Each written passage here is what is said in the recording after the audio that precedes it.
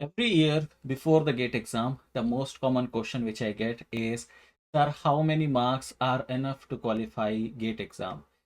Answer for this question is not that straightforward because GATE exam is very different from CSR net exam. It is not just about qualifying the exam, because just qualifying the exam is not going to help you a lot. Okay, CSR net, on the other hand, is of course a qualifying exam where you have a cutoff. If you qualify that cutoff, you will be considered JRF or net or for PhD. But here in like when you talk about GATE, this is a rank exclusive exam. That means rank plays very important role. The higher rank you have, more benefits you have. Okay. This particular video, whatever I'm going to talk about, is based upon the previous data, the previous statistical data, based upon previous cutoff, based upon the marks of the toppers in the last 5 years. And there is no official announcement about it anywhere on the GATE website. Okay, so GATE does not provide you, unless like apart from the cutoff, it does not provide you that how much marks or how much rank you will get at a particular score. So that is what going to be my contribution to this video, where I'll talk about that how much rank you can expect based upon your marks. Again, this is before exam. This is just a assumption or just a average thing which I'm going to talk about. Things will change based upon the level of exam, whether the exam will be easy or difficult. We'll be talking about that later after the exam is done. But as of now, just before the exam, you should know that what is the actual scenario, how much marks you are actually looking for. Okay, let's talk about the cutoffs first, because that gives us an idea that how much marks are general cutoff for the exam. Now, cutoff definitely depends upon the level of question paper. If the question paper is on the easier side, cutoffs are higher. And if the paper is on the tougher side, if the questions are difficult, considerably difficult, or they are different types of question, in that case, the cutoff goes low. Okay. So if I start from the year 2021, the cutoff for general category was 36.2 marks. For OBC category, it was 32.5 marks. For SC/ST category, it was 24.1 marks. If we come to the next year, which is 2022, cutoff for general category was 27.5 marks. For OBC, it was 24.7. For SC/ST, it was 18.3. In the year 2023, the cutoff was nearly same for all the three categories. Talking about year 2024, the cutoff went to 25.2 marks for general category. For OBC, it was 22.6 marks, and for SC/ST category, it was 16.7 marks. And in the last year, which was GATE 2025, the cutoff was 25 marks for a general category. For OBC, it was 22.5 marks, and for SC/ST candidate, it was 16.6 marks. Before we proceed any further in this video, let me tell you that we are providing a 30% discount on our GATE test series. It becomes very important if you are appearing for GATE exam that you are already have done some mock preparation for this particular exam, and this test series exactly helps you in that. We are offering 4 full-length test series. Along with that, we have topic-wise test as well. We also provide video solutions of each answers over here. The interface of this exam is mimicking the exact GATE exam. So if you give this test series, you are actually preparing for, or actually you are preparing yourself for the exam itself. There is a 30% discount till 26th of January. You can use promo code GATE26 to avail that discount. Now let's continue with the video. Now, if you see, the cutoff in the last few years has been around 25 to 27 marks. That's because the question papers were comparatively difficult. In year 2021, cutoff was pretty on the higher side because the paper was like, it was easy, right? Comparatively easy, and that's why the cutoff went quite high in that year. Now, there is a very common misconception which comes over here, that generally students think that, okay, if they qualify or if they get 30 marks, that is enough for their preparation, and that is enough, that's what they need. But I'll be showing you that how 30 marks and 50 marks are worlds apart. Okay, there is a huge difference if you score 50 marks or if you score 30 marks. So just qualifying GATE exam does not guarantee you all the benefits of it. When we talk about benefits, I'm talking about whether you can apply for other exams. Like, you can consider GATE as the qualifying for exams in IISc Bangalore. You can consider it for as a qualifying exam for BARC. You can also like use this GATE score for PhD admission in different IITs, and there could be some job opportunities in PSUs which can come based on your GATE rank. So you cannot consider just by qualifying it that you will be getting all the benefit. Now let me tell you once again that GATE does not give you official rank versus or marks versus rank table where it tells you that how much rank you will get if you score this much. As I said, it is very dynamic depending every year on the paper level and all the other things.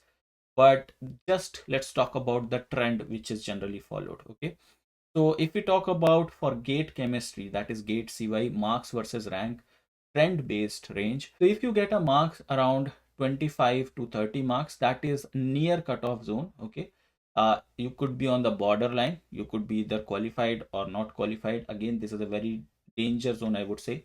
Then comes a marks of 30 to 40. So if you are in that range of marks from 30 to 40, over there you could be qualified for this exam. This is a highly competitive range because your rank will be somewhere around 800 to 2500. That is where your rank will fall. And again, as I said, this rank is highly competitive because a lot of students will be falling in this particular rank, and then you have to compete with around like 2000 people with you, right? So when you will be applying for any position, there will be around 2000 more people sitting with you in that particular category, and the higher ranks will also be there. These ranks are fine for getting into some NITs. Like if you want to do PhD from some NITs, they might offer you an interview call based upon these rank. But again, I would not consider this as the safe score or this as what you should target. The next is a range of 40 to 50 marks. Over here, your rank can somewhere sit between 300, like top 300 to top 800 rank. Again, this is a score which is considered fair enough to get into like IITs or NITs or ISers. If you want to apply for a PhD position over there, even if your rank is around 800 or something, you can be called for an interview in ISers and IITs. Okay, but whether you will be called for the top IITs, again, this is a question mark because some top IITs have their own, some higher cutoffs. So consider it as a fair score to be called for interview in various different IITs and NITs.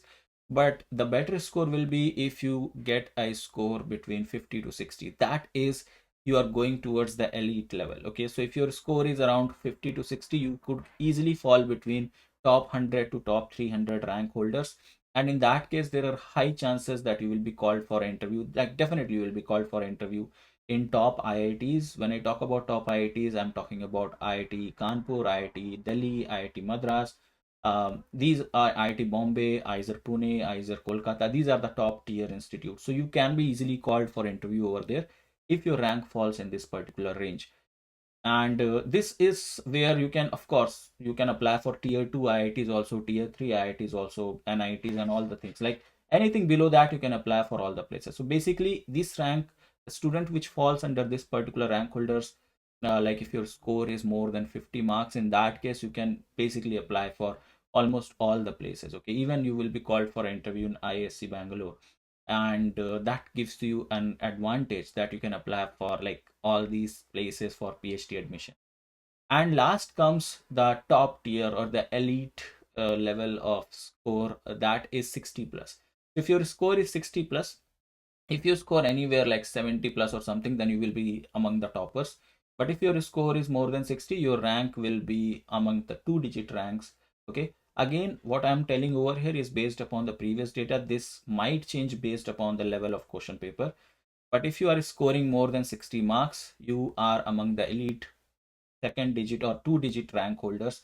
In that case, you are eligible to apply for PhD all over the IITs, NIT, ISERs, everywhere. Along with that, you might be also available to apply for admission in BARC, which applications generally come around GATE exam itself. So you can apply through GATE score over there as well. You can apply for ISRO if you're applying for that. There are different vacancies in DRDO also comes with GATE score, so you can apply for them as well. Certain PSUs also call for direct interview based upon your GATE rank. So they also consider the top 50 or top 2-digit rank holder students. So you could be called for that. So this is the rank or this is the score which you should target for. If you're preparing, you have days, you are already preparing for exam, consider your target to score higher than 60 marks. It can be 70 if you are targeting 70 plus. that's well and good, but most of the time 60 plus is considered to be a very good and top ranking score. Now you should notice one thing, that when I was telling you about 30 to 40 marks, there are like thousands of students or thousands of rank which are included.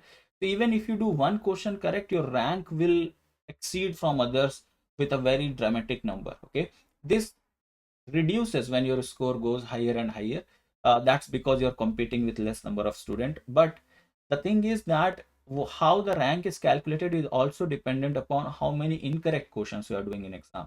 So let's say there are two students, A and B. Student A is also has done, let's say, a question of 40 marks, and student B has also done questions of 40 marks. Both are scoring 40 marks each, but student A has done less negative question. Let's say student A has attempted only 5 incorrect answers and student B has done 8 incorrect answers. Then the rank of student A will be considered higher than student B, because A was more accurate in his answer. Okay, so that is also something which you need to keep in mind, that you have to be accurate in GATE exam. You cannot just simply try and do questions over there. It is also a matter of accuracy, because your rank will depend upon the number of incorrect questions which you have done, not only on the number of correct questions which you have done. So when you talk about GATE exam, don't just ask that how much marks is enough to qualify it. You should be having this mindset that I need to have a good rank. And for that, as I said, you should target as high score as possible. 60 or 70 marks is something where you should always target to qualify, or target to give that much questions. Don't just sit in the exam and just do 30 marks paper and just leave it, or don't take risk after that. You have to, if you want to get a good rank, you have to take risks. You have to solve more questions. You have to attempt higher score, and as higher score you will get, the better rank you can expect out of that. Remember that the cutoff only decides whether you clear the exam or not, but your rank decides your career.